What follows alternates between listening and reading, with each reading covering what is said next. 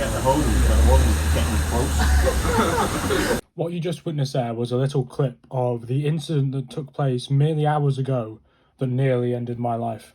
Yes, that's right. As a YouTuber, you always look to be able to use this title, so I have. So let me take you and sit you down round the fire, literally and metaphorically, and give you a nice little story time as to what happened. So as a classic middle-class British teenager, have the very common thing of a part-time job.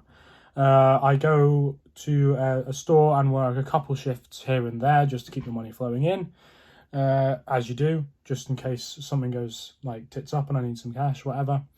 And today it was a very boring, dull, dead shift. Nothing was happening. We kind of just stood around having a chat, me and my co-workers, and then we noticed something off. We noticed that there was a distinct burning smell. Now, we checked, and it wasn't one of my co-workers who set himself on fire. It wasn't the fridges. It wasn't anything in the kitchen because nothing was cooking. So we were confused about what was going on. And then I turned around and saw that there was this woman dressed in all pink running desperately towards the counter saying, guys. And I was like, what? So I stepped up to the counter and said, you all right? And she said, there's a car on fire out back. Now, just as a premise, there's the place where I work, and then down some stairs and out a door is where we park all of the delivery cars.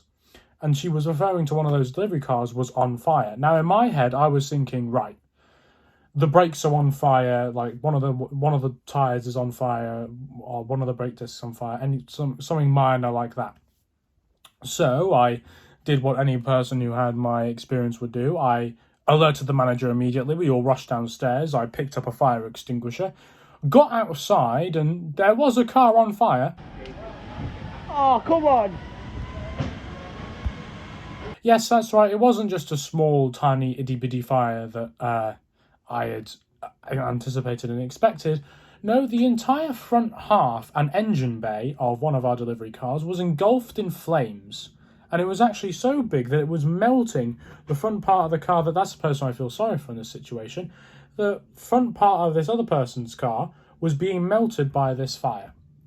Now, obviously, this is a lot bigger than I expected, and it kind of explains the burning smell. And afterwards, when we went back up in, the store smelled of smoke for a good hour after that. But either way, it was extremely big. The video may not do it justice. It got bigger and bigger and bigger, obviously. It was extremely hot. You could feel it from standing a good 20 meters away. And it was getting bigger. And if the fire brigade hadn't arrived when they did, there would have been an explosion. There would have been explosions probably, because it was a very small knit tight group of cars, and it was already about to catch the bush in the other car. And it itself, things were starting to explode in the car that was on fire. Very minor explosions, but things were starting to explode. So that's a very exciting chain of events. That's really what not what you want to encounter. It made the video interesting. It made the shift interesting, and it's one good way of keeping us warm. So after that, we went upstairs, brought the fire extinguisher back upstairs, and everyone went back to work, and we played Fireball over the in-store speakers.